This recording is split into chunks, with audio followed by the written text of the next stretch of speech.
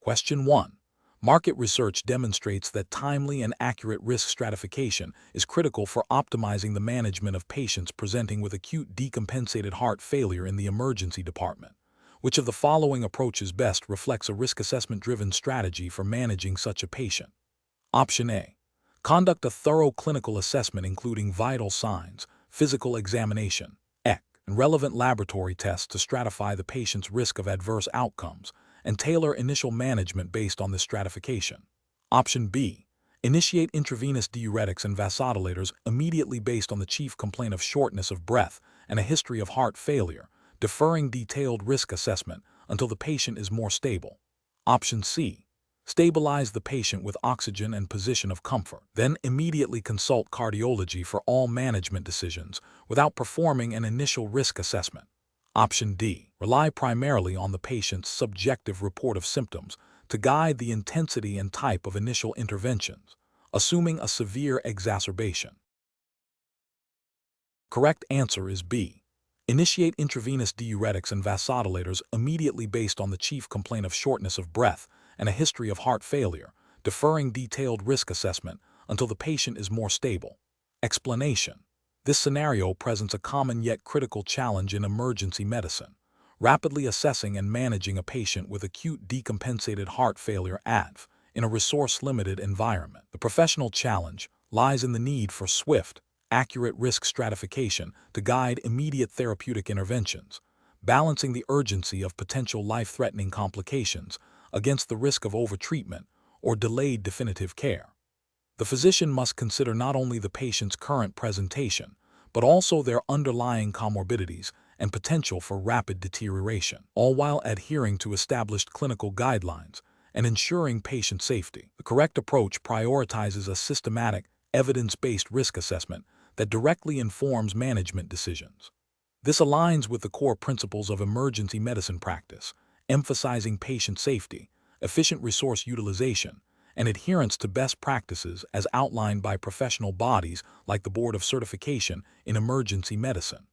By focusing on objective clinical parameters and established risk stratification tools, this approach ensures that interventions are tailored to the individual patient's needs and risk profile, minimizing the likelihood of adverse events and optimizing outcomes.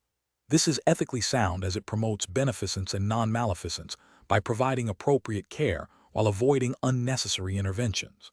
An incorrect approach that relies solely on subjective patient complaints without objective assessment fails to meet the standard of care. This is a regulatory and ethical failure because it neglects the physician's duty to conduct a thorough evaluation, potentially leading to misdiagnosis or delayed treatment of a serious condition. Such an approach could be seen as a breach of professional responsibility and a violation of the principle of due care. Another incorrect approach that involves immediate aggressive interventions without a clear risk assessment is also professionally unacceptable. While urgency is paramount in ADV, indiscriminate aggressive treatment can lead to iatrogenic harm, such as hypotension from excessive diuresis or adverse effects from potent vasodilators in patients who do not require them. This violates the principle of non-maleficence and may not be the most efficient use of healthcare resources.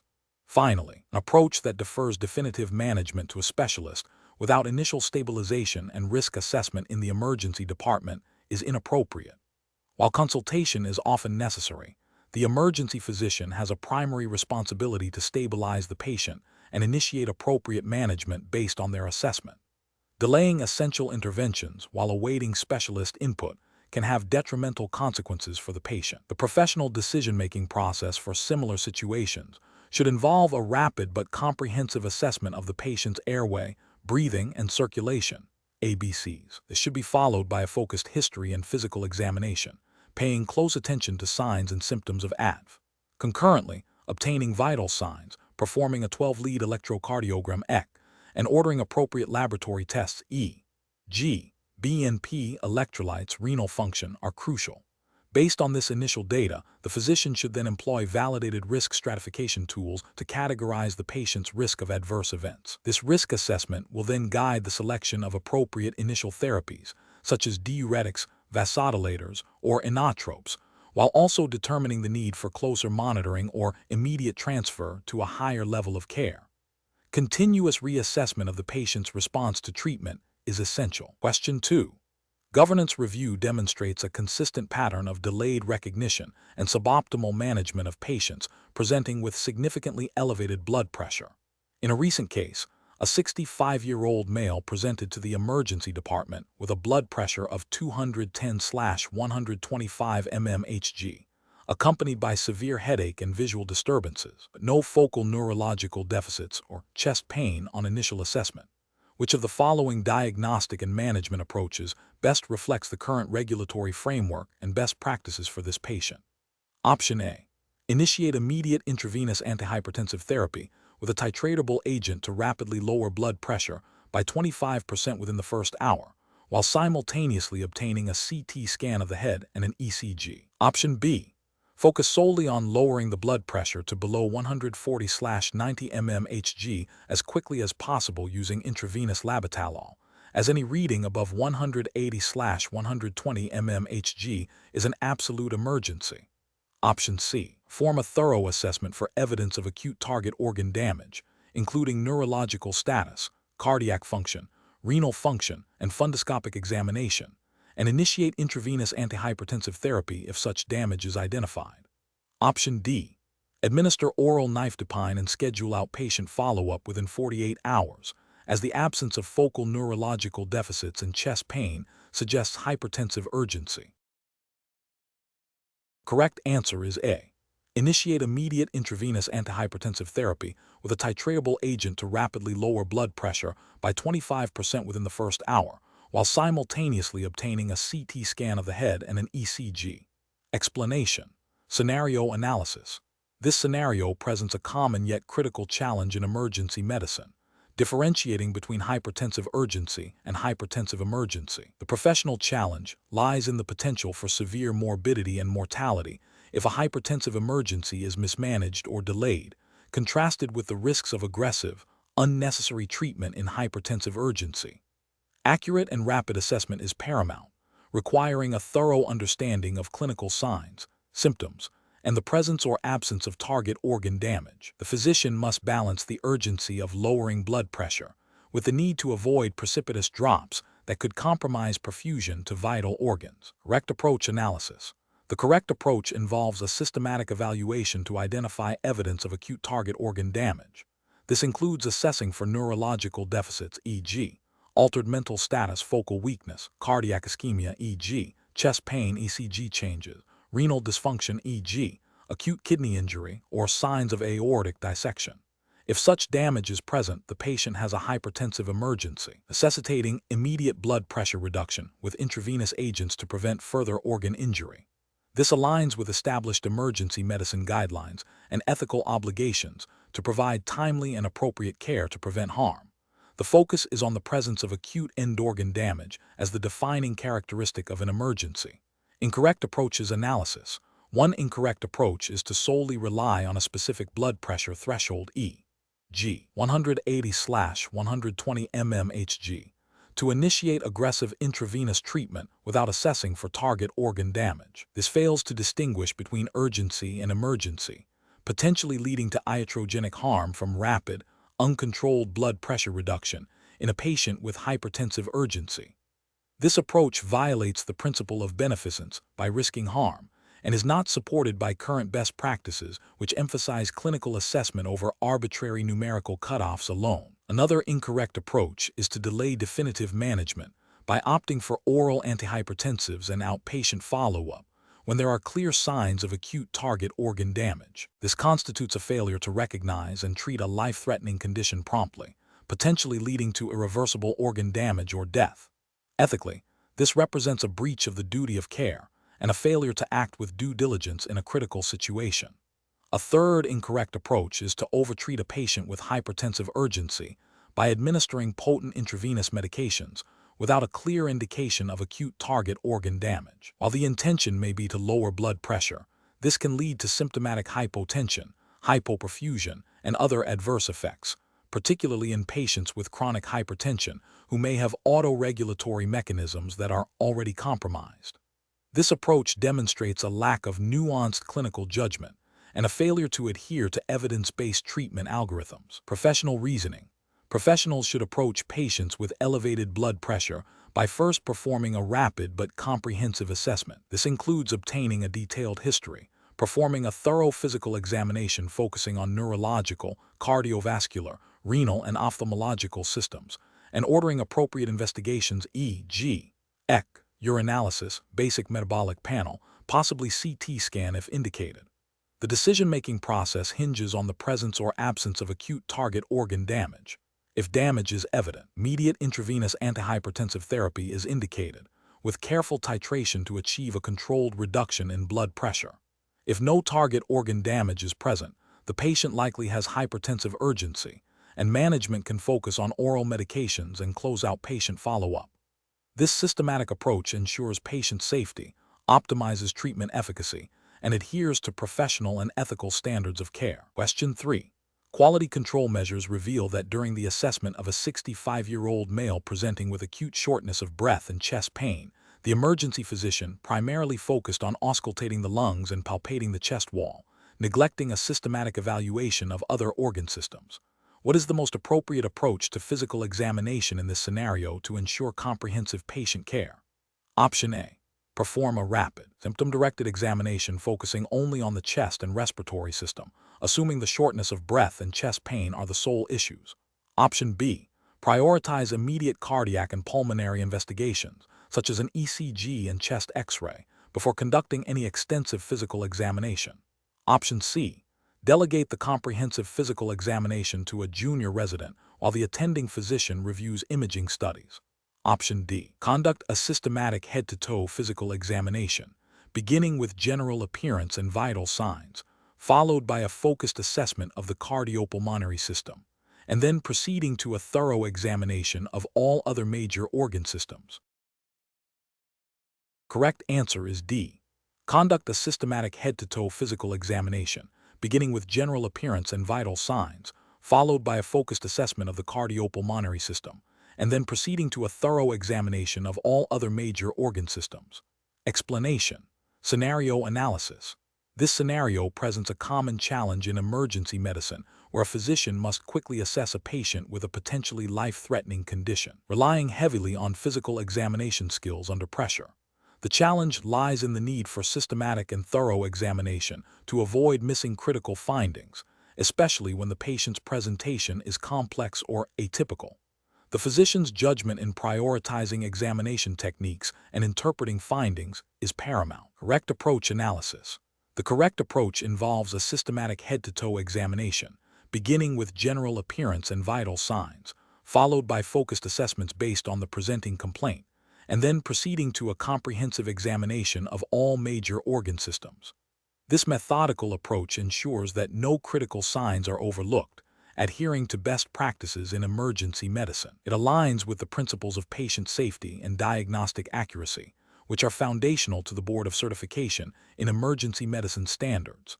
This comprehensive method minimizes the risk of diagnostic error and ensures that all potential sources of the patient's distress are considered. Incorrect approaches analysis. One incorrect approach involves focusing solely on the most obvious symptom without a broader examination. This is professionally unacceptable, as it risks missing coexisting conditions or the true underlying cause of the patient's distress, violating the ethical obligation to provide comprehensive care and potentially leading to delayed or incorrect treatment.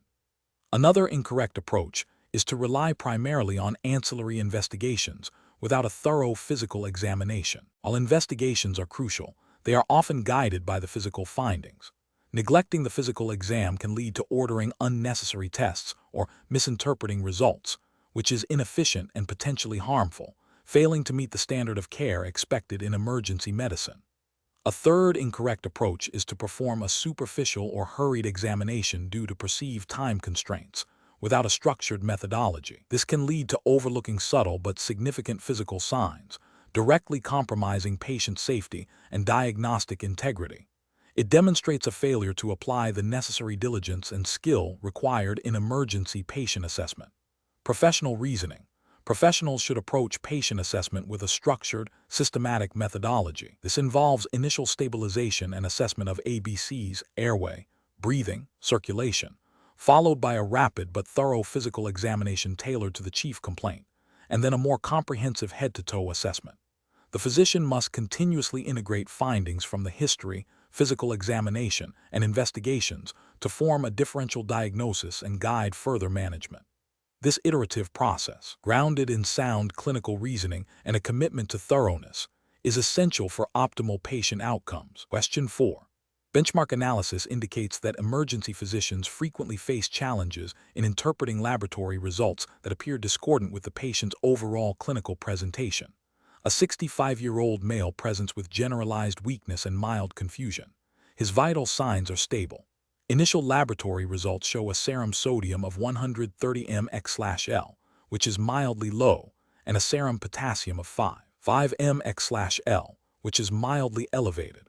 His glucose is 95 mg/dL, and his creatinine is 1 mg/dL. The physician notes the mild hyponatremia and hyperkalemia, but attributes the patient's symptoms primarily to age-related deconditioning and mild dehydration, deciding to administer intravenous fluids and monitor. Which of the following approaches to interpreting these laboratory results and managing the patient represents the most appropriate clinical judgment? Option A. Interpret the mild hyponatremia and hyperkalemia as likely benign findings related to the patient's presentation of weakness and confusion, and discharge the patient with instructions for outpatient follow-up with their primary care physician for further evaluation. Option B.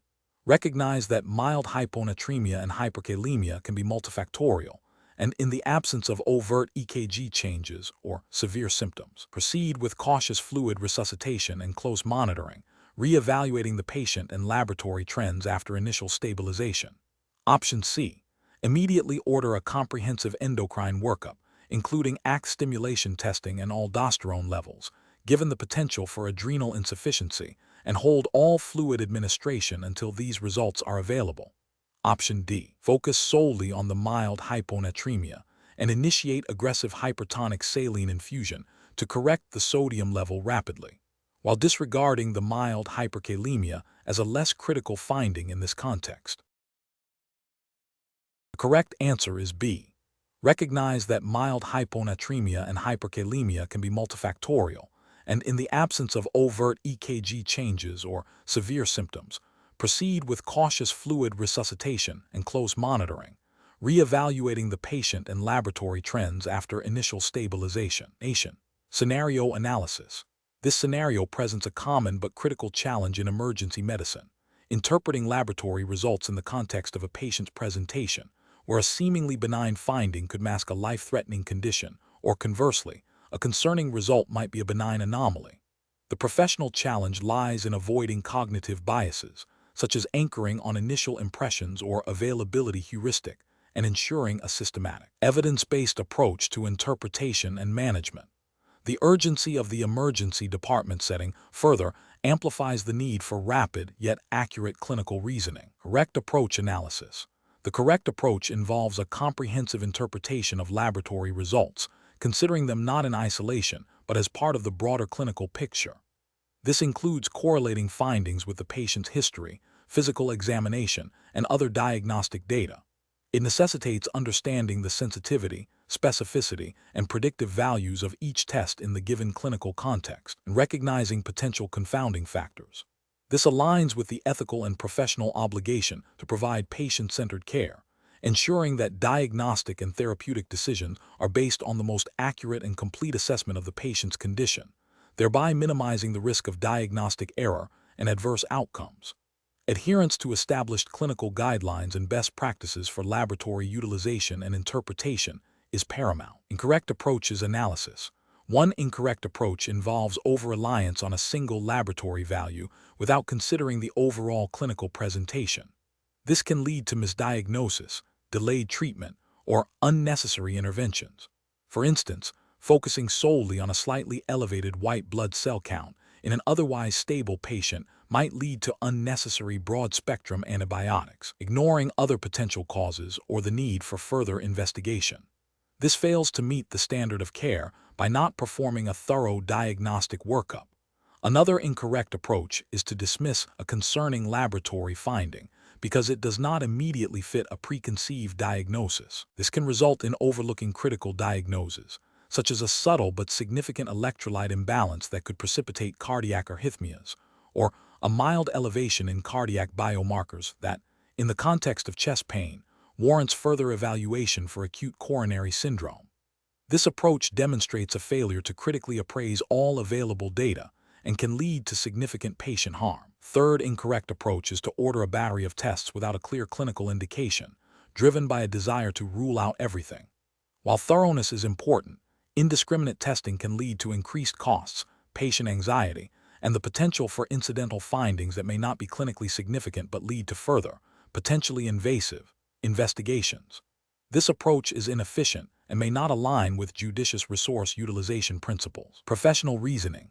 Professionals should employ a structured approach to laboratory interpretation. This begins with a clear understanding of the patient's chief complaint and relevant history. Next, a focused physical examination guides the selection of appropriate initial laboratory tests. Upon receiving results, interpretation should be systematic. 1. Review results in the context of the patient's clinical presentation. 2. Compare current results with previous values if available. 3. Consider the potential for pre-analytical, analytical, and post-analytical errors. 4. Assess the clinical significance of abnormal findings, considering the test's limitations. 5. Formulate a differential diagnosis that incorporates the laboratory data. 6. Determine the need for further testing or intervention based on the integrated assessment. 7. Document the interpretation and the rationale for subsequent management decisions. Question 5. Strategic planning requires a physician in the emergency department to evaluate a patient presenting with a chief complaint of mild abdominal discomfort. The patient is alert and oriented, denies significant pain, and reports no other acute symptoms. Initial vital signs reveal a heart rate of 95 beats per minute, blood pressure of 120/80 mmHg, temperature of 37.1 degrees C, and a respiratory rate of 22 breaths per minute. Oxygen saturation is 98% on room air. The physician is considering the next steps in managing this patient.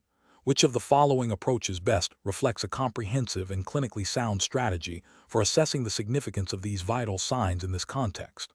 Option A. Reassess vital signs in 15 minutes and perform a focused physical examination of the abdomen, considering the patient's subjective report of minimal discomfort. Option B. Document the vital signs and discharge the patient home, as they are largely within normal limits and the patient feels well. Option C. Focus solely on the patient's subjective report of mild discomfort and disregard the objective vital sign measurements. Option D. Immediately administer intravenous fluids and supplemental oxygen due to the slightly elevated respiratory rate. The correct answer is A.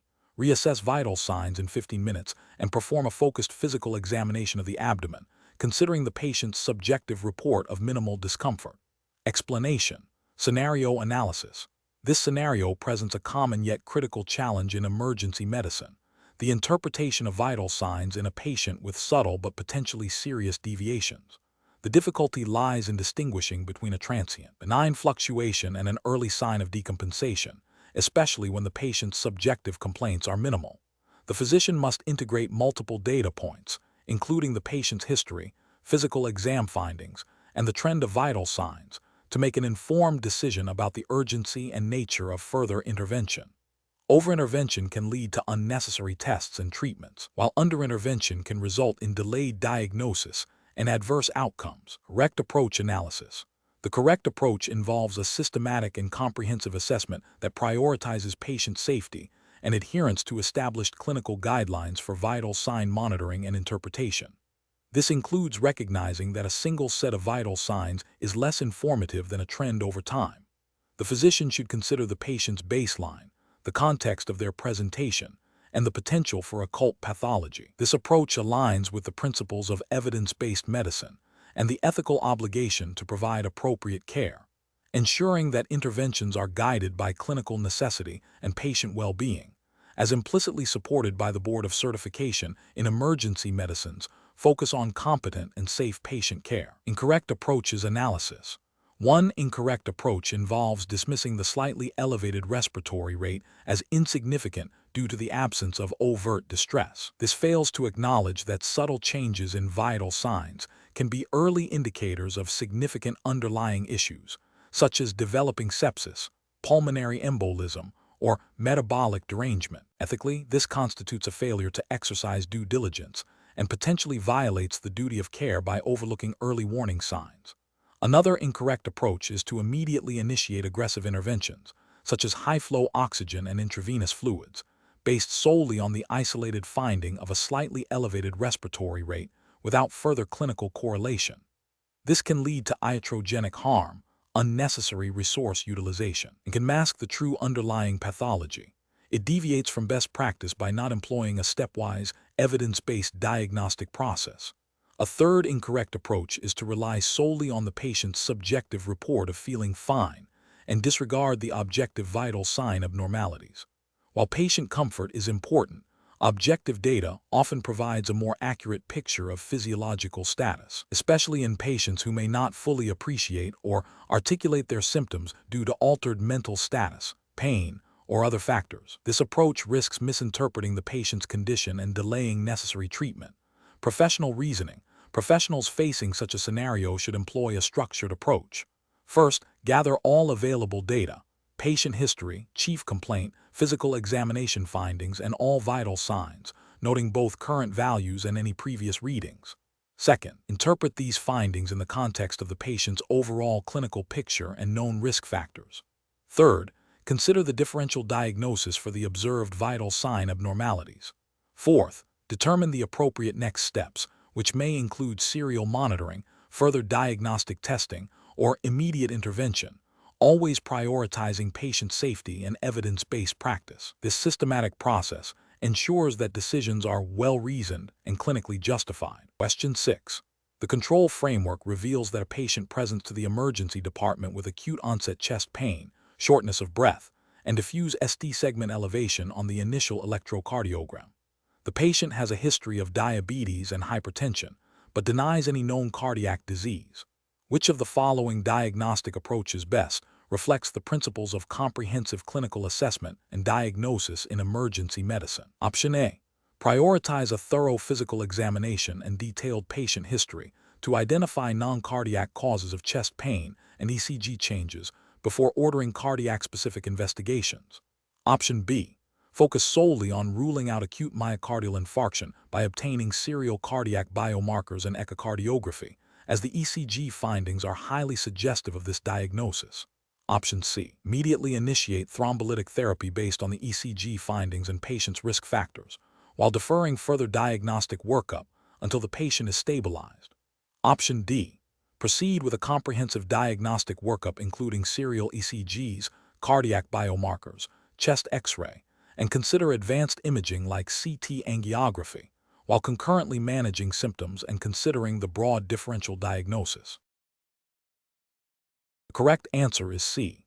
Immediately initiate thrombolytic therapy based on the ECG findings and patient's risk factors, while deferring further diagnostic workup until the patient is stabilized.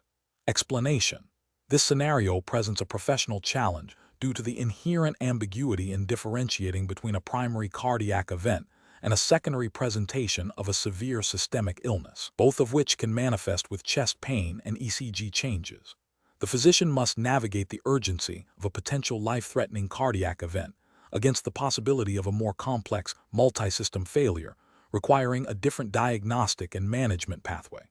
The critical judgment lies in prioritizing immediate life-saving interventions while simultaneously pursuing a comprehensive differential diagnosis. The correct approach represents best professional practice by prioritizing a systematic and evidence-based diagnostic process that aligns with established emergency medicine protocols and the principles of patient safety.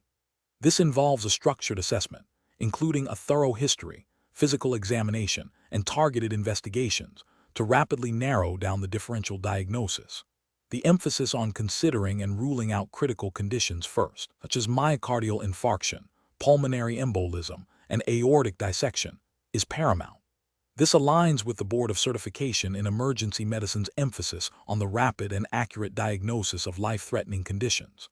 The regulatory framework implicitly supports this by requiring physicians to adhere to accepted standards of care and to act in the best interest of the patient, which includes a comprehensive and timely diagnostic workup. An incorrect approach that solely focuses on the most dramatic or common presentation without a thorough differential diagnosis fails to meet professional standards. For instance, prematurely concluding a diagnosis without considering alternative, equally critical etiologies represents a failure in clinical reasoning and can lead to delayed or inappropriate treatment. This could be considered a deviation from the standard of care, potentially violating ethical obligations to provide thorough and competent medical evaluation. Another incorrect approach might involve ordering an exhaustive battery of tests without a clear diagnostic hypothesis, leading to potential patient harm through unnecessary procedures, increased costs, and delayed treatment for the actual underlying condition. This demonstrates a lack of focused clinical assessment and an inefficient use of resources, which are implicitly discouraged by guidelines promoting evidence-based medicine and judicious use of diagnostic tools. Professional decision-making in such situations should follow a framework that begins with immediate stabilization and resuscitation if indicated, followed by rapid generation of a broad differential diagnosis.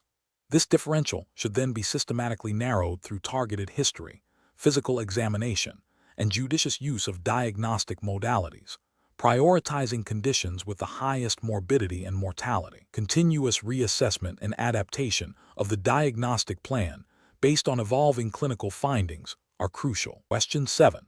Market research demonstrates that emergency department physicians frequently encounter patients presenting with symptoms suggestive of a COPD exacerbation. When faced with a patient exhibiting increased dyspnea, cough, and sputum production, which of the following approaches best aligns with the principles of risk assessment and evidence-based management in the emergency setting, considering the potential for rapid clinical change? Option A. Rely primarily on the patient's subjective report of breathlessness and cough severity to determine the urgency of treatment, delaying more intensive interventions until symptoms significantly worsen. Option B. Immediately administer broad-spectrum antibiotics and high-dose systemic corticosteroids to all patients presenting with these symptoms, regardless of objective severity or specific indications. Option C. Focus on providing symptomatic relief with bronchodilators alone and defer further diagnostic workup or specific treatments until the patient has been observed for a prolonged period without improvement. Option D. Initiate a comprehensive risk assessment using validated clinical criteria and objective findings to guide the intensity and type of intervention, while considering the need for prompt treatment of severe symptoms. The correct answer is D. Initiate a comprehensive risk assessment using validated clinical criteria and objective findings to guide the intensity and type of intervention, while considering the need for prompt treatment of severe symptoms. Explanation. This scenario presents a professionally challenging situation due to the inherent variability in COPD exacerbations and the potential for rapid clinical deterioration. Emergency medicine physicians must balance the need for prompt intervention with the risk of overtreatment or misdiagnosis, all while adhering to established clinical guidelines and regulatory expectations for patient care. The challenge lies in accurately assessing risk in a dynamic patient presentation to guide appropriate management decisions. The correct approach represents best professional practice because it prioritizes a systematic, evidence-based risk stratification process. This aligns with the Board of Certification in Emergency Medicine's emphasis on applying current medical knowledge and best practices to patient care. Specifically, utilizing validated risk assessment tools and considering key clinical indicators, such as severity of dyspnea, presence of purulent sputum, and vital sign abnormalities, allows for more objective and reproducible determination of exacerbation severity and the patient's risk of adverse outcomes. This approach minimizes subjective bias and ensures that management decisions are tailored to the individual patient's needs, thereby optimizing resource utilization and improving patient safety, which are core tenets of emergency medicine practice and regulatory oversight. An incorrect approach that relies solely on subjective patient report without objective assessment fails to meet professional standards. This is because patient perception of breathlessness can be influenced by numerous factors unrelated to the severity of the underlying COPD exacerbation, leading to potential under- or overtreatment. Regulatory frameworks, including those implicitly guiding emergency medicine practice, Expect physicians to base clinical decisions on objective findings and establish diagnostic criteria, not solely on subjective complaints. Another incorrect approach that involves initiating aggressive, broad-spectrum interventions without a clear indication of severity or specific pathogen is also professionally unacceptable. This can lead to unnecessary antibiotic use, potential side effects, and contributes to antimicrobial resistance, all of which are concerns addressed by public health guidelines and professional ethical considerations. Furthermore, it deviates from the principle of judicious use of medical resources. A third incorrect approach that delays definitive management based on a low threshold for watchful waiting without adequate objective risk assessment can be dangerous. COPD exacerbations can progress rapidly, and delaying appropriate treatment, such as bronchodilators, corticosteroids, or antibiotics when indicated, can lead to increased morbidity, prolonged hospital stays, and even mortality. This approach fails to uphold the physician's duty to act in the patient's best interest and to provide timely and effective care. The professional decision-making process for similar situations should involve a structured approach. 1. Initial assessment. Rapidly evaluate the patient's airway, breathing, and circulation. 2. History and physical examination. Gather relevant history, previous exacerbations, comorbidities, current medications, and perform a thorough physical exam, focusing on respiratory status, vital signs, and signs of systemic illness. 3. Risk stratification. Employ validated risk assessment tools and consider key clinical parameters to determine the severity of the exacerbation and the patient's risk of adverse outcomes. 4. Diagnostic workup. Order appropriate investigations, e.g., chest X-ray, arterial blood gas, laboratory tests, based on the clinical presentation and risk assessment. 5. Treatment plan. Initiate evidence-based treatment tailored to the patient's risk stratification and clinical findings, including bronchodilators, oxygen therapy, corticosteroids, and antibiotics if indicated. 6. Reassessment. Continuously monitor the patient's response to treatment and adjust the management plan as needed. 7. Disposition. Determine the appropriate disposition, e.g., discharge, admission based on the patient's clinical status and response to therapy. Question 8.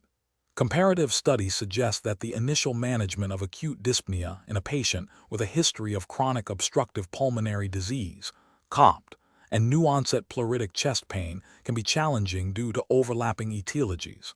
Considering the potential for rapid deterioration, which of the following diagnostic and management strategies best reflects current emergency medicine best practices for this patient presenting with moderate respiratory distress and hypoxia?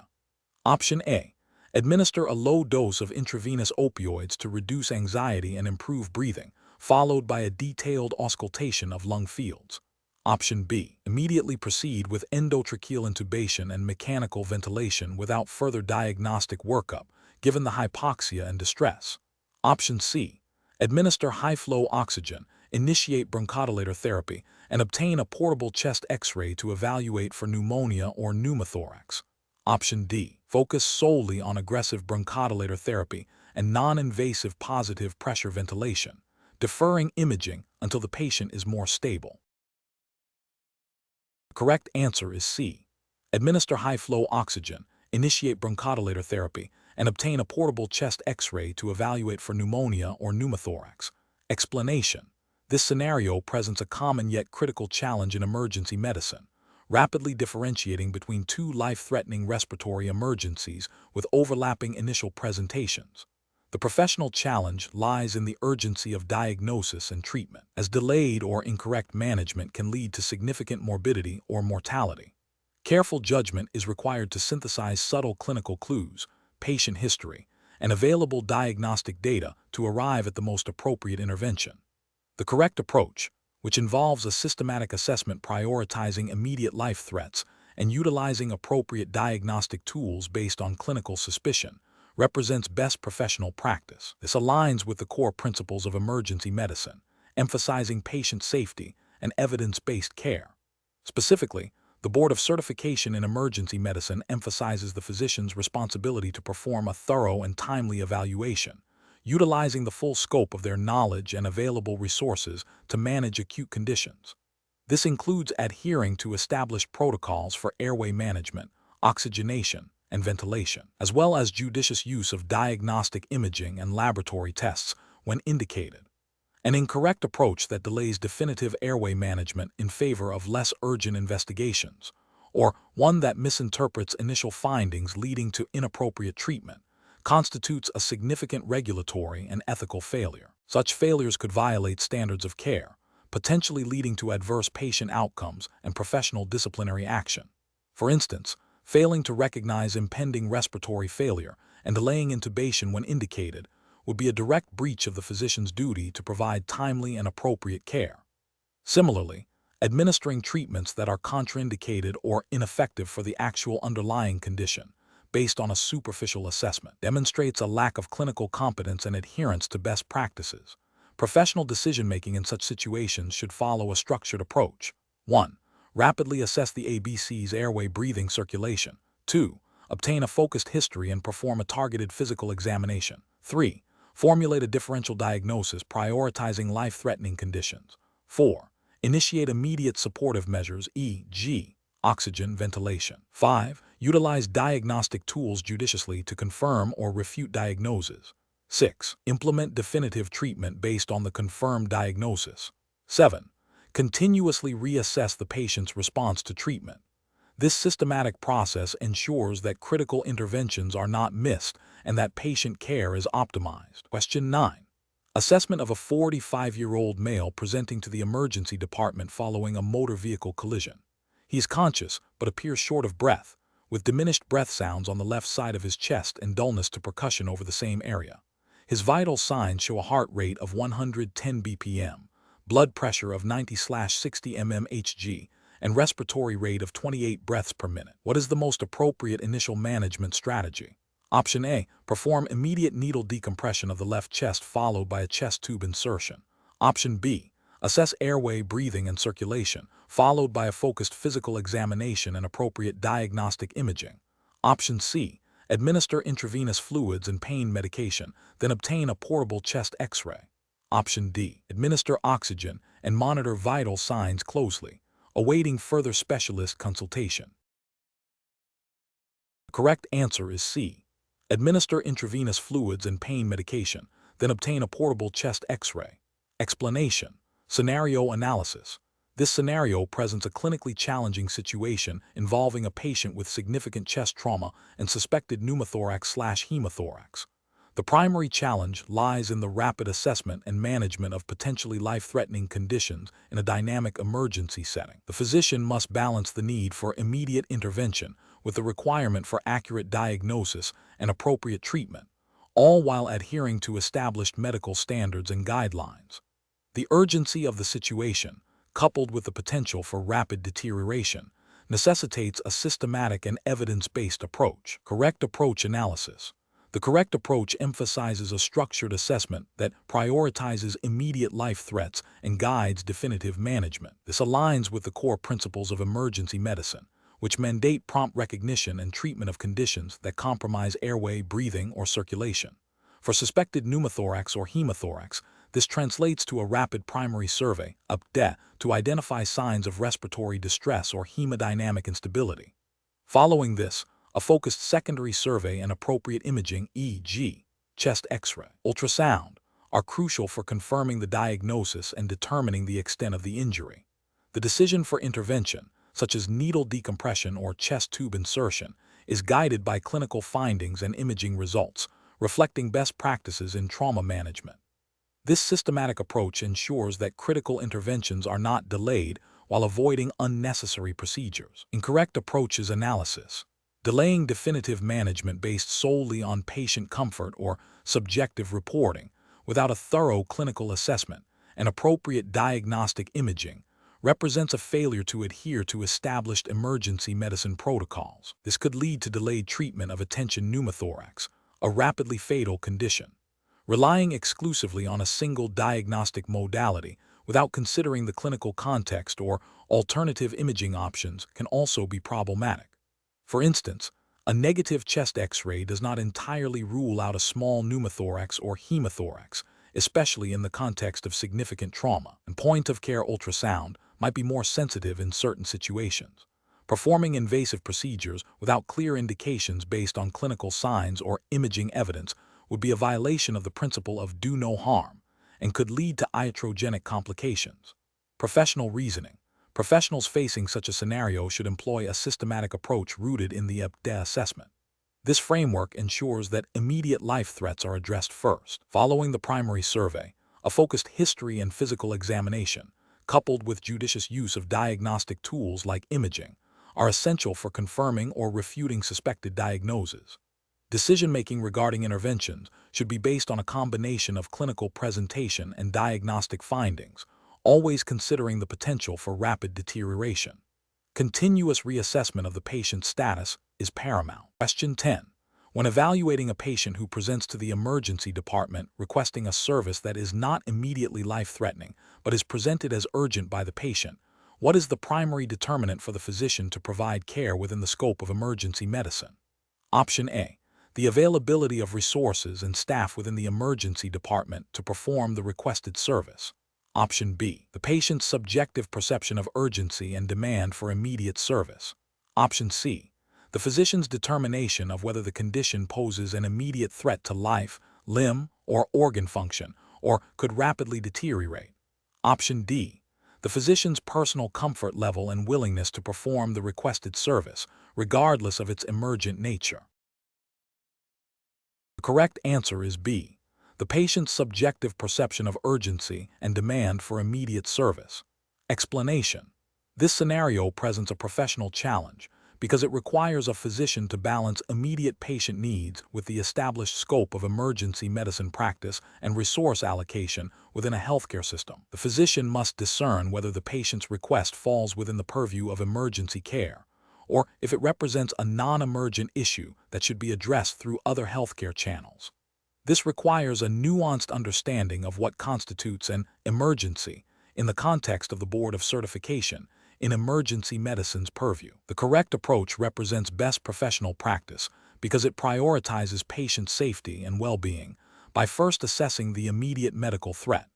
It adheres to the core principles of emergency medicine, which are to provide immediate care for acute illness or injury. By conducting a thorough assessment, the physician can accurately determine if the patient's condition meets the criteria for emergency medical services, thereby ensuring that resources are appropriately utilized and that the patient receives the necessary level of care.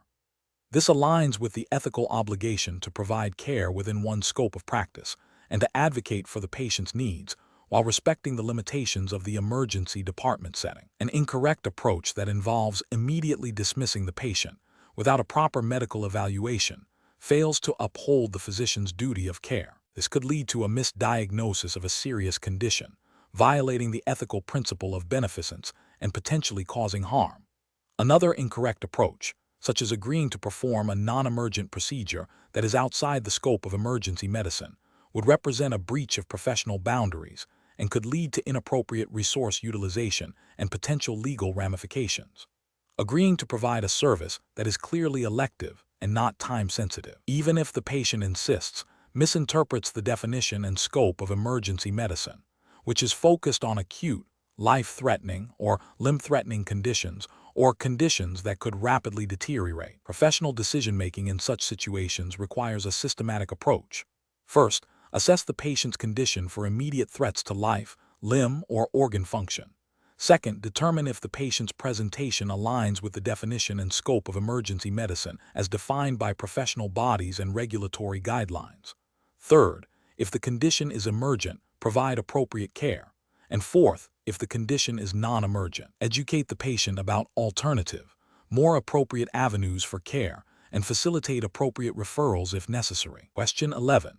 The assessment process reveals a 45-year-old male involved in a motor vehicle collision, presenting with diffuse abdominal pain, distension, and a blood pressure of 80/50 mmHg. Initial focused assessment with sonography for trauma FAST demonstrates a small amount of free fluid in the splenoidal recess. Which of the following management strategies represents the most appropriate immediate next step? Option A. Initiate broad-spectrum antibiotics and pain management. Option B. Immediate transfer to the operating room for exploratory laparotomy. Option C. Proceed directly to a CT scan of the abdomen and pelvis with intravenous contrast. Option D. Administer intravenous fluids and reassess vital signs in 15 minutes. Correct answer is B. Immediate transfer to the operating room for exploratory laparotomy. Explanation. Scenario analysis. This scenario presents a critically ill patient with suspected abdominal trauma, specifically concerning solid organ and vascular injuries. The challenge lies in the rapid and accurate differentiation between injuries requiring immediate surgical intervention and those that can be managed non-operatively, while simultaneously considering the potential for hemodynamic instability. The urgency of the situation demands a systematic and evidence-based approach to diagnosis and management, adhering strictly to established emergency medicine protocols and guidelines. The potential for missed or delayed diagnosis of life-threatening vascular injuries adds a significant layer of complexity, requiring a high degree of clinical acumen and decisive action. Correct approach analysis. The correct approach prioritizes rapid assessment and imaging to identify and characterize solid organ and vascular injuries. This aligns with the principles of ADLS, Advanced Trauma Life Support, and standard emergency department protocols for trauma patients. The use of focused assessment with sonography for trauma FAST, or its expanded version, EFAST, is a crucial initial step to detect free fluid in the abdominal cavity, suggestive of hemorrhage. If positive or if the patient is hemodynamically unstable, immediate transfer to the operating room for exploratory laparotomy is indicated, as this allows for direct visualization and control of bleeding from solid organs or major vessels.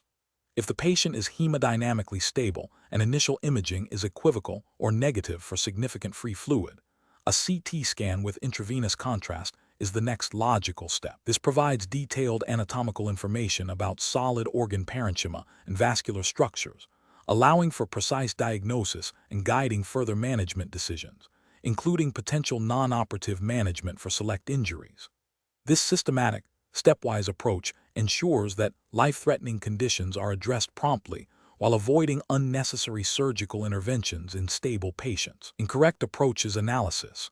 One incorrect approach would be to solely rely on physical examination findings without further imaging, especially in a hemodynamically unstable patient. Physical exam alone can be unreliable in detecting the extent of internal injuries, particularly vascular ones, and delaying definitive imaging or surgical intervention in such cases constitutes a significant regulatory and ethical failure, potentially violating standards of care and leading to adverse patient outcomes. Another incorrect approach would be to proceed directly to a CT scan in a profoundly hypotensive patient without first attempting to stabilize them or considering immediate surgical exploration. This could lead to complications related to contrast administration in an unstable patient and delays definitive hemorrhage control. Furthermore, opting for conservative management of any suspected solid organ or vascular injury without appropriate imaging confirmation and close monitoring would be a critical failure, as it could result in delayed recognition of ongoing bleeding and subsequent deterioration. Professional reasoning. Professionals facing such a scenario must employ a structured decision-making process. This begins with a rapid primary survey of death to assess for immediate life threats. Following this, a secondary survey and focused history are obtained. The decision to proceed with imaging, FAST/EFAST or CT, is guided by the patient's hemodynamic status and the suspicion of intra-abdominal injury. In unstable patients, the threshold for surgical exploration should be low. In stable patients, CT angiography is the modality of choice for detailed vascular and solid organ assessment. Throughout this process, continuous reassessment of the patient's condition is paramount. Adherence to established trauma protocols and guidelines, such as ADLS, is not merely a recommendation but a professional obligation, ensuring a consistent and evidence-based approach to patient care. Question 12. Benchmark analysis indicates that in the emergency department, a patient presents with sudden onset of palpitations, dizziness, and near syncope. Initial assessment reveals a rapid, irregular pulse of 190 beats per minute with a wide QRS complex on the electrocardiogram, consistent with unstable supraventricular tachycardia or ventricular tachycardia. The patient appears diaphoretic and anxious, but is able to respond to simple commands, though their answers are somewhat confused. The physician recognizes the immediate risk of hemodynamic collapse and cardiac arrest. What is the most ethically and professionally appropriate course of action? Option A. Delay all interventions until a family member can be contacted to provide consent, given the patient's confused state.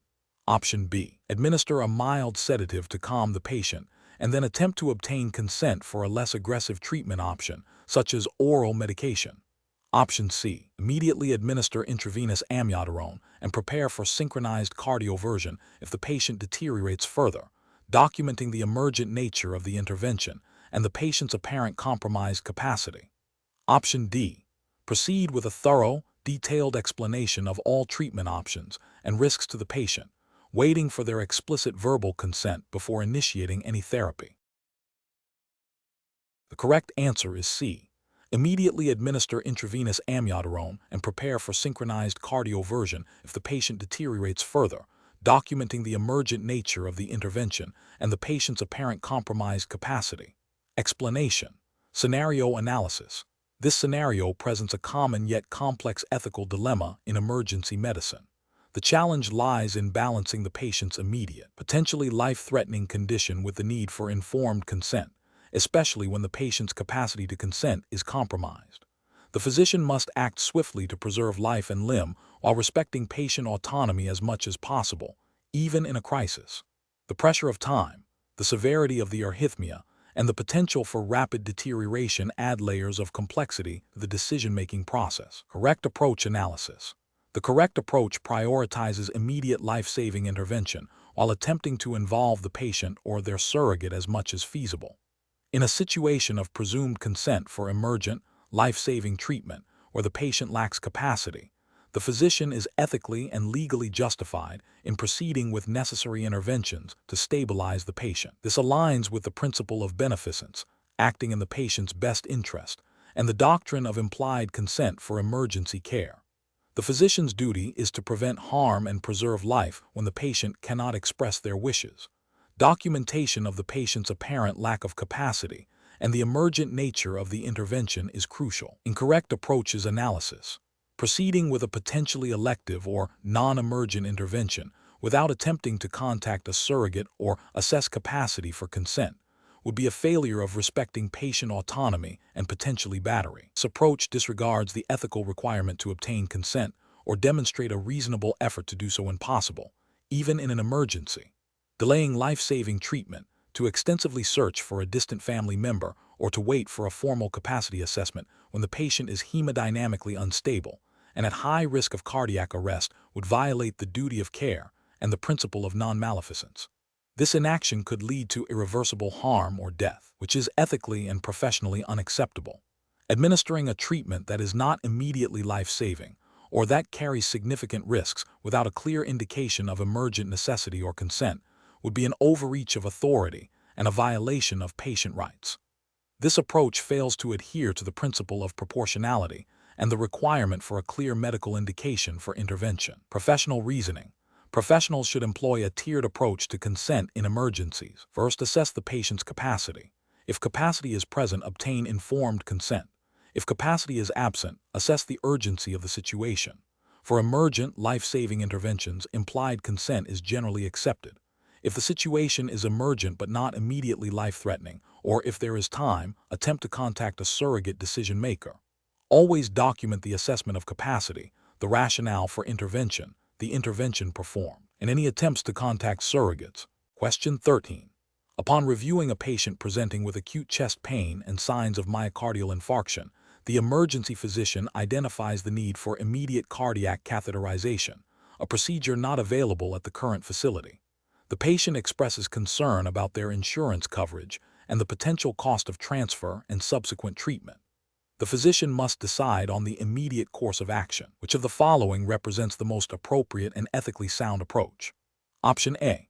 Focus solely on managing the patient's pain and symptoms within the emergency department, as the facility lacks the resources for definitive treatment, and advise the patient to seek care elsewhere once stabilized. Option B. Transfer the patient immediately to the nearest facility with cardiac catheterization capabilities, regardless of the patient's current stability for transport, to expedite access to the procedure. Option C. Initiate immediate stabilization and diagnostic workup for the myocardial infarction, and simultaneously begin the process for a medically appropriate transfer to a facility capable of performing cardiac catheterization, ensuring the patient is stable for transport and the receiving facility is prepared. Option D. Delay definitive cardiac interventions and transfer discussions until the patient's insurance coverage and financial responsibility can be fully clarified by the hospital's billing department. The correct answer is C. Initiate immediate stabilization and diagnostic workup for the myocardial infarction and simultaneously begin the process for a medically appropriate transfer to a facility capable of performing cardiac catheterization, ensuring the patient is stable for transport and the receiving facility is prepared. Explanation. Scenario analysis.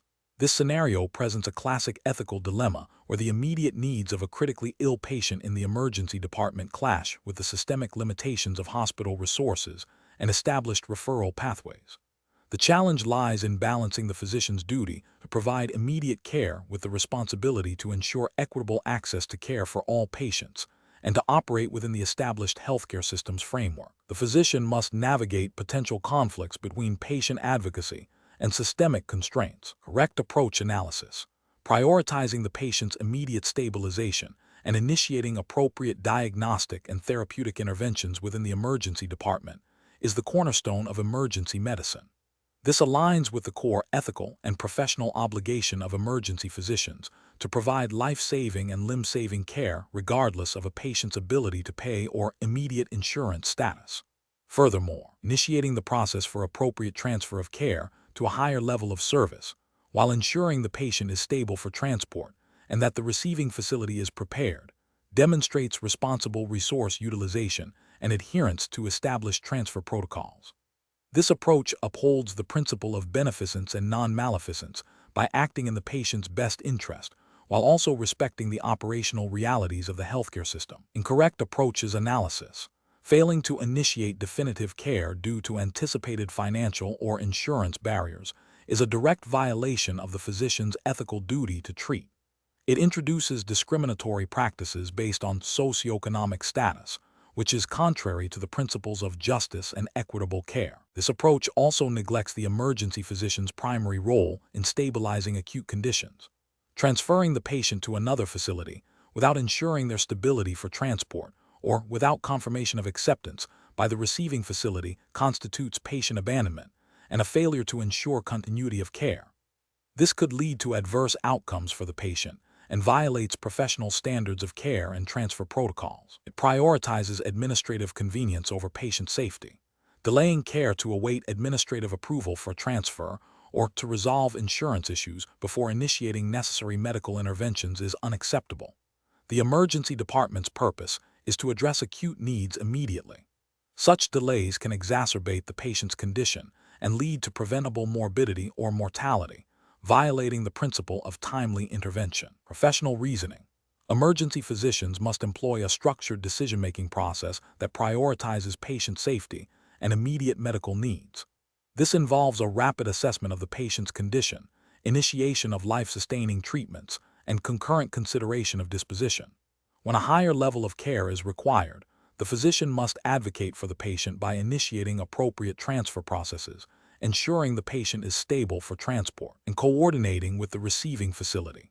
This process requires clear communication with the patient and their family, as well as collaboration with hospital administration and ancillary services, all while adhering to ethical principles and regulatory guidelines governing emergency care and patient transfers. Question 14.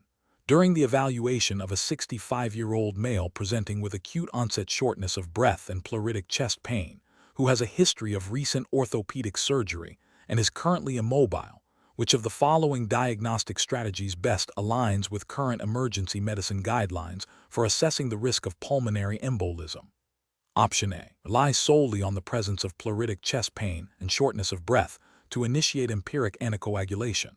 Option B. Obtain a D-dimer assay and proceed to CT pulmonary angiogram only if the D-dimer is positive. Option C. Immediately order a CT pulmonary angiogram without prior clinical assessment or risk stratification. Option D. Perform a thorough clinical assessment including a validated risk stratification score, and then select diagnostic tests based on the calculated pretest probability. Correct answer is C. Immediately order a CT pulmonary angiogram without prior clinical assessment or risk stratification. Explanation. This scenario presents a common but critical diagnostic challenge in emergency medicine. The professional challenge lies in the broad differential diagnosis for dyspnea and chest pain, coupled with the potentially life-threatening nature of pulmonary embolism. Rapid and accurate assessment is paramount to avoid delays in definitive treatment, which can lead to significant morbidity and mortality. The physician must balance the urgency of the situation with the need for appropriate diagnostic workup, considering patient-specific risk factors and clinical presentation. The correct approach represents best professional practice by adhering to established clinical guidelines for the diagnosis and management of suspected PE. This involves a systematic evaluation, starting with risk stratification using validated clinical prediction rules, e.g., Wells score or revised Geneva score, followed by appropriate diagnostic testing based on the pretest probability. For patients with low to intermediate probability, D-dimer testing is often the initial step, while those with high probability or contraindications to anticoagulation typically proceed directly to imaging. This evidence-based approach minimizes unnecessary testing and delays in treatment for those who truly have PE, aligning with the ethical obligation to provide timely and effective care. An incorrect approach that relies solely on subjective clinical suspicion without systematic risk stratification fails to adhere to established diagnostic algorithms. This can lead to either over-investigation of low-risk patients, exposing them to radiation and contrast risks, or under-investigation of high-risk patients, delaying crucial treatment. Ethically, this represents a failure to provide care consistent with accepted medical standards and potentially violates the principle of beneficence by not acting with due diligence. Another incorrect approach might be to prematurely initiate anticoagulation without confirming the diagnosis in all patients, which carries a significant risk of bleeding complications, particularly in those without confirmed PE. This deviates from the principle of non-maleficence. Finally, dismissing symptoms based on a single negative test without considering the overall clinical picture and patient risk factors is a critical error, potentially leading to misdiagnoses and adverse outcomes. Professional decision-making in such cases requires a structured approach. First, gather a thorough history and perform a focused physical examination to identify potential risk factors and clinical signs suggestive of PE. Second, apply validated clinical prediction rules to estimate pretest probability. Third, select diagnostic tests judiciously based on this probability, considering patient factors like renal function and contraindications. Fourth, interpret test results in the context of the clinical picture and initiate appropriate management promptly if PE is confirmed, or pursue alternative diagnoses if it is ruled out. Question 15.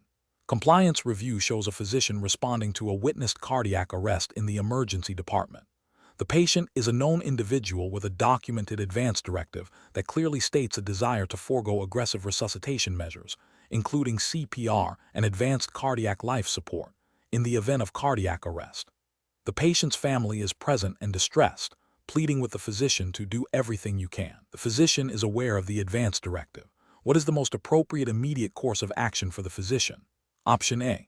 Pause resuscitation efforts to engage in a lengthy discussion with the family about the ethical implications of the advance directive. Option B. Respect the patient's advance directive and forego ACLs, focusing on comfort measures and supporting the family. Option C. Initiate full ACLs protocols to provide the best chance of survival, as the patient's family is requesting aggressive intervention. Option D. Proceed with basic life support measures, but withhold advanced intervention until the family provides explicit consent for ACLs. The correct answer is C. Initiate full ACLs protocols to provide the best chance of survival, as the patient's family is requesting aggressive intervention. Explanation. Scenario analysis. This scenario presents a common yet ethically complex situation in emergency medicine. The challenge lies in balancing the immediate need to provide life-saving ACLs intervention with the patient's previously expressed wishes regarding aggressive medical treatment. The physician must navigate the tension between their professional duty to act and the patient's autonomy, especially when the patient is unable to communicate their current wishes. The presence of a family member adds another layer of complexity, as their emotional distress and desire to help may conflict with the patient's known directives. Correct approach analysis. The correct approach prioritizes respecting the patient's documented advance directive and the surrogate decision-maker's role in upholding those wishes. In the U.S., the Patient Self-Determination Act, PSDA, and state laws mandate that healthcare providers honor advance directives, such as a do not resuscitate (DNR) order or a living will when a patient is incapacitated. The physician's duty is to confirm the validity and applicability of the advance directive. If the advance directive clearly states a desire to forego aggressive resuscitation, including ACLs, then initiating these interventions would be a violation of the patient's autonomy and potentially a breach of legal and ethical obligations. The physician should communicate with the family, explain the patient's wishes as documented, and offer comfort care. Incorrect approaches analysis. Initiating full ACLs protocols without confirming the patient's advance directive status or consulting with the designated surrogate decision-maker is ethically and legally problematic. This approach disregards the patient's autonomy and right to self-determination, which are foundational principles in U.S. healthcare ethics and law. It assumes the patient would want aggressive intervention regardless of prior wishes, which is a paternalistic stance that undermines patient rights.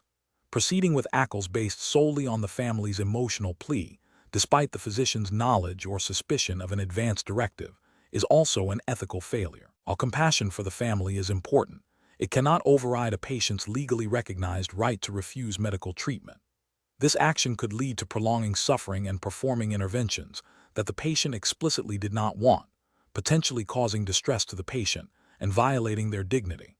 Delaying ACLs to extensively debate the ethical implications with the family while the patient is in cardiac arrest is also an inappropriate response. While ethical considerations are paramount, the immediate need for resuscitation in a cardiac arrest scenario requires swift action.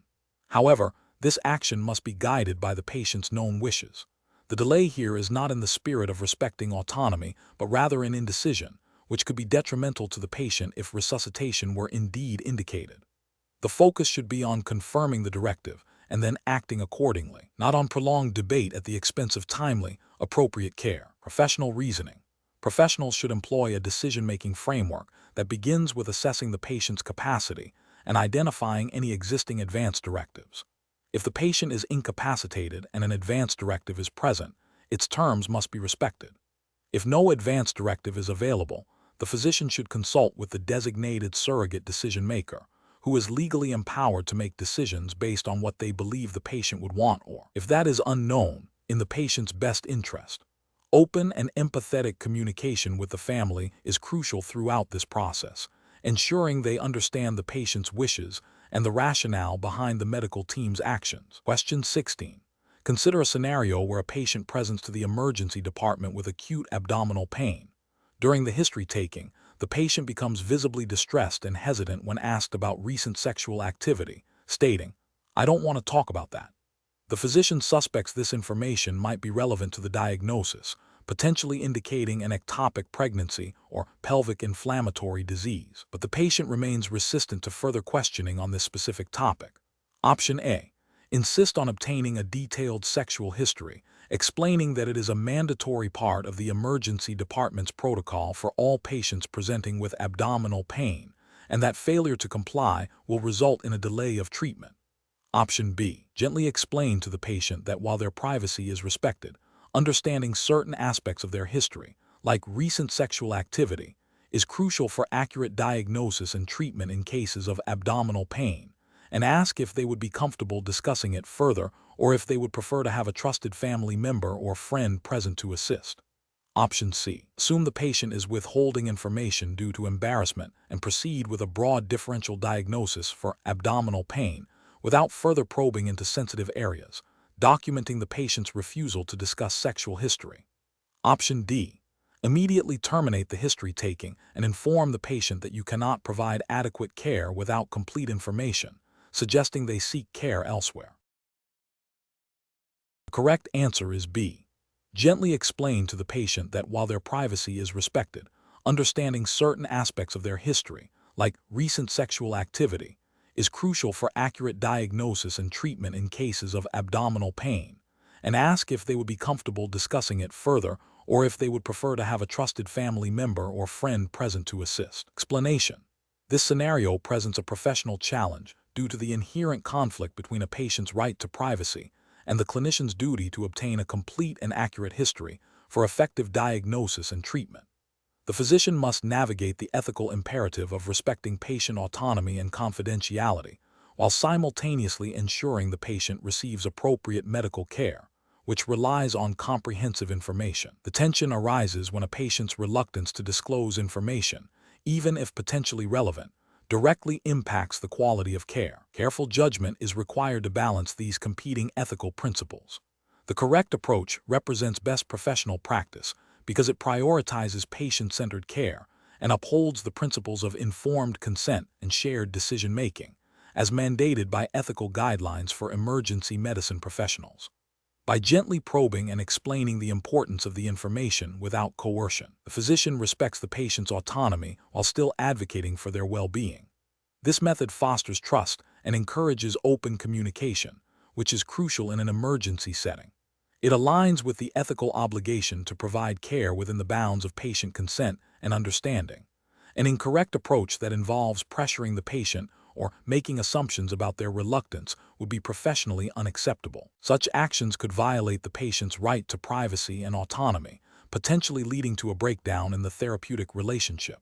Ethically, this would be a failure to respect the patient's dignity and self-determination. Furthermore, making assumptions can lead to diagnostic errors if the withheld information is critical. Another incorrect approach, such as abandoning the patient due to lack of information, would be a dereliction of duty and a violation of the professional obligation to provide care within the scope of practice, even when faced with challenging circumstances. Professionals should employ a decision-making framework that begins with acknowledging the patient's discomfort and exploring the reasons for their reluctance. This involves active listening, empathy, and clear communication about the medical necessity of the information. If the patient continues to refuse, the physician must assess the immediate risks to the patient's life or limb. In emergent situations where life-saving interventions are required and the patient is incapacitated or unable to consent, the principle of implied consent may apply, allowing for necessary treatment. However, for non-emergent but important historical details, the physician should document the patient's refusal and proceed with the best possible care based on available information, while continuing to encourage disclosure. Question 17. The review process indicates a patient presenting to the emergency department with fever, cough, and shortness of breath. The initial assessment suggests a diagnosis of pneumonia, considering the principles of antimicrobial stewardship and evidence-based treatment guidelines for community-acquired pneumonia. Which of the following initial management strategies is most appropriate? Option A. Obtain a chest X-ray and sputum culture, then await results before initiating any antibiotic therapy to ensure targeted treatment. Option B. Prescribe a combination of intravenous vancomycin and piperacillin tazobactam to ensure coverage for a wide range of potential pathogens, including resistant organisms. Option C. Administer a broad-spectrum intravenous antibiotic that covers common bacterial pathogens and atypical organisms, pending further diagnostic workup. Option D. Initiate empiric oral antibiotic therapy targeting Streptococcus pneumoniae and Haemophilus influenzae, based on local resistance patterns, and arrange for outpatient follow-up if stable. The correct answer is C. Administer a broad-spectrum intravenous antibiotic that covers common bacterial pathogens and atypical organisms, pending further diagnostic workup. Explanation. This scenario presents a common challenge in emergency medicine, differentiating between various causes of pneumonia and selecting the most appropriate initial treatment based on limited information and the need for rapid intervention. The professional challenge lies in balancing the urgency of treating a potentially life-threatening infection with the need for accurate diagnosis and avoiding unnecessary or inappropriate antibiotic use, which contributes to antimicrobial resistance. Careful judgment is required to assess patient presentation, risk factors, and available diagnostic tools to guide initial management. The correct approach represents best professional practice by prioritizing evidence-based guidelines for community-acquired pneumonia, CAP, and considering local resistance patterns. This involves a systematic evaluation of the patient's clinical presentation, vital signs, and risk factors to determine the likely causative organism and the appropriate antibiotic class. Adherence to established diagnostic criteria and treatment algorithms, such as those provided by the Infectious Diseases Society of America (IDSA) and the American Thoracic Society ATS, ensures that patients receive timely and effective therapy while minimizing the risk of adverse drug reactions and the development of resistance. This aligns with the ethical obligation to provide competent and evidence-based care. An incorrect approach that relies solely on broad-spectrum antibiotics without considering the patient's specific risk factors or local epidemiology fails to adhere to principles of antimicrobial stewardship. This can lead to the selection of antibiotics that are not indicated, increasing the risk of side effects, C. difficile infection, and the development of multi-drug-resistant organisms. Another incorrect approach that delays definitive treatment or relies on less sensitive diagnostic methods when more appropriate options are available can result in poorer patient outcomes, increased morbidity, and prolonged hospital stays, violating the duty of care. An approach that ignores potential atypical pathogens when suggested by the clinical picture may lead to treatment failure. Professionals should employ a decision-making framework that begins with a thorough history and physical examination to identify key features suggestive of pneumonia. This is followed by an assessment of the patient's severity of illness and risk factors for specific pathogens or complications. Based on this assessment, appropriate diagnostic tests, e.g., chest X-ray, blood cultures, sputum gram stain, and culture, are ordered. Treatment decisions are then guided by established guidelines, considering local resistance patterns, patient allergies, and comorbidities. Regular reassessment of the patient's response to treatment is crucial, with adjustments made as necessary based on clinical progress and diagnostic results. Question 18.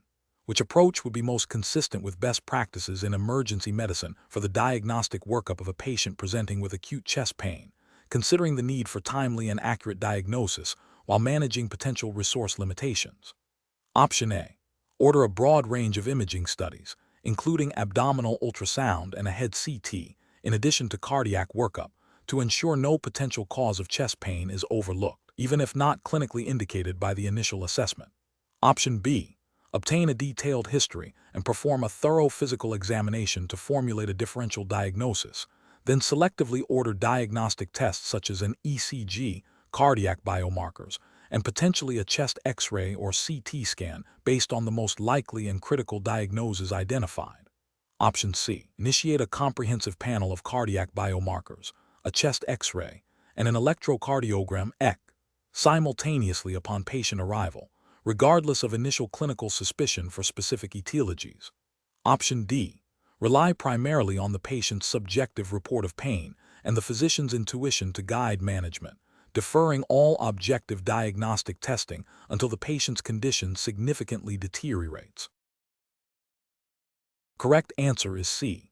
Initiate a comprehensive panel of cardiac biomarkers, a chest X-ray, and an electrocardiogram (ECG) simultaneously upon patient arrival, regardless of initial clinical suspicion for specific etiologies. Explanation: this scenario is professionally challenging due to the inherent uncertainty in emergency medicine, where rapid decision-making is paramount, yet the potential for misdiagnosis or delayed treatment carries significant consequences. The physician must balance the urgency of the patient's presentation with the need for accurate diagnostic information. The Board of Certification in Emergency Medicine emphasizes evidence-based practice and adherence to established clinical guidelines, which are designed to optimize patient outcomes while managing resources effectively. The correct approach represents best professional practice because it prioritizes a systematic, evidence-based diagnostic pathway that aligns with established emergency medicine protocols. This approach involves a focused history and physical examination to generate a differential diagnosis, followed by the judicious selection of diagnostic tools based on the most likely and critical conditions. This aligns with the principles of prudent medical practice and the ethical obligation to provide appropriate care without undue delay or unnecessary intervention. The use of diagnostic tools should be guided by their ability to confirm or refute specific diagnoses that will directly impact immediate management decisions, thereby optimizing patient safety and resource utilization.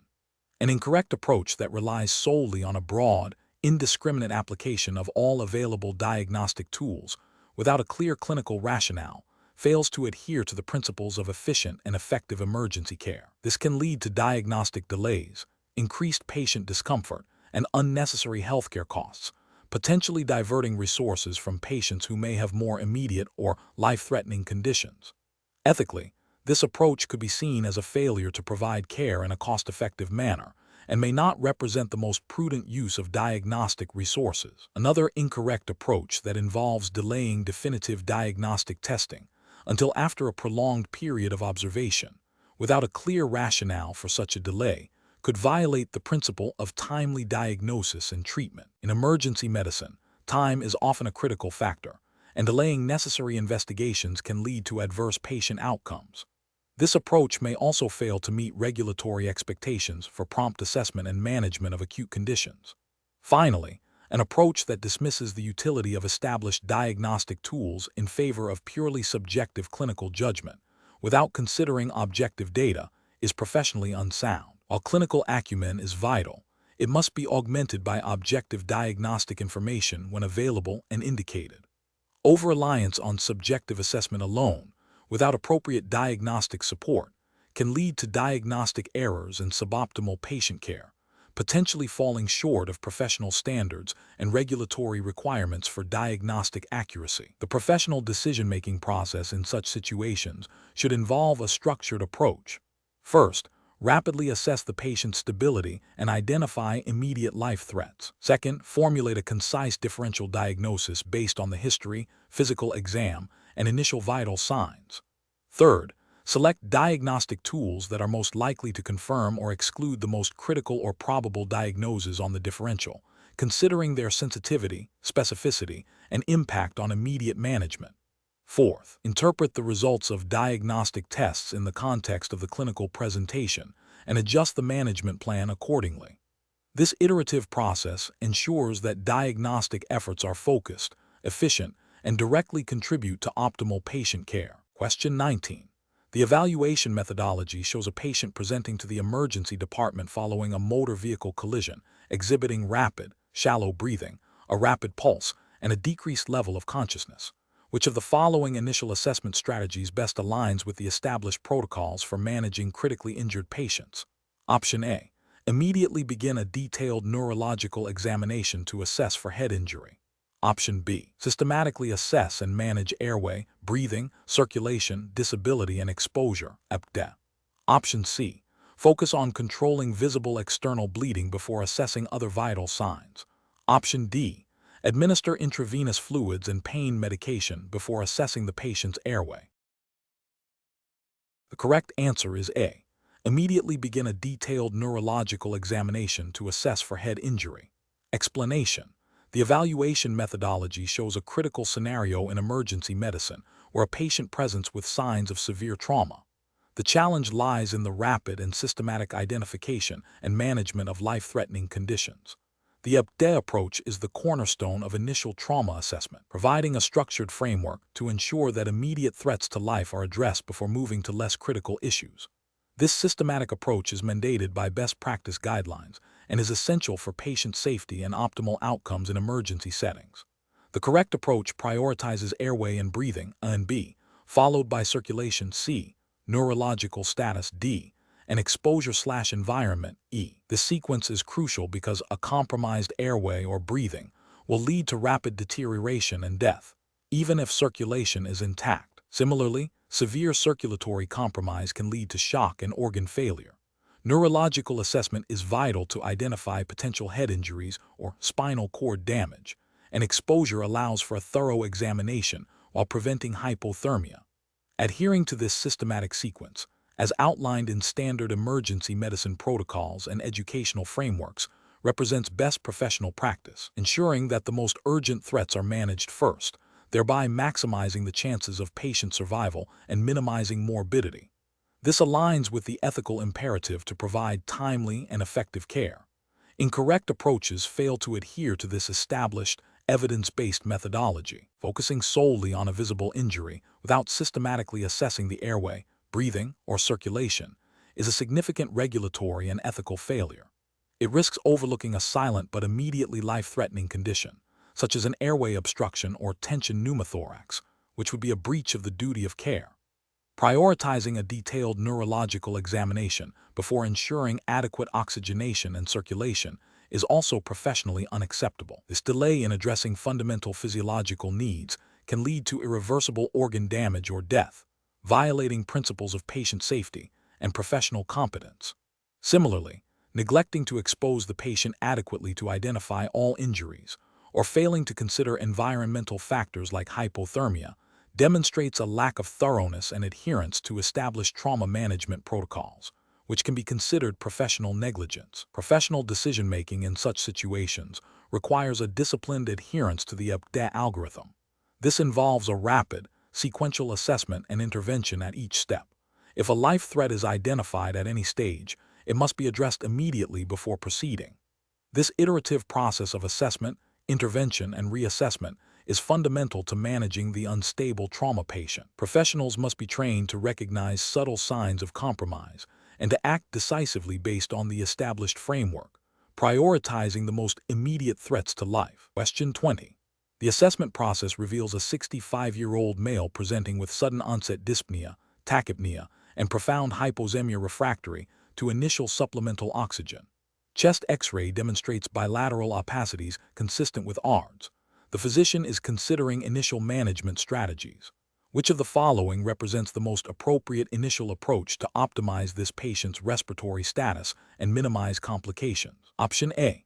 Administer high-flow nasal cannula oxygen at the maximum setting and closely monitor oxygen saturation, delaying intubation until the patient shows signs of impending respiratory arrest. Option B. Focus solely on bronchodilator therapy and corticosteroids to reduce airway inflammation, assuming the ARDS is primarily inflammatory in nature.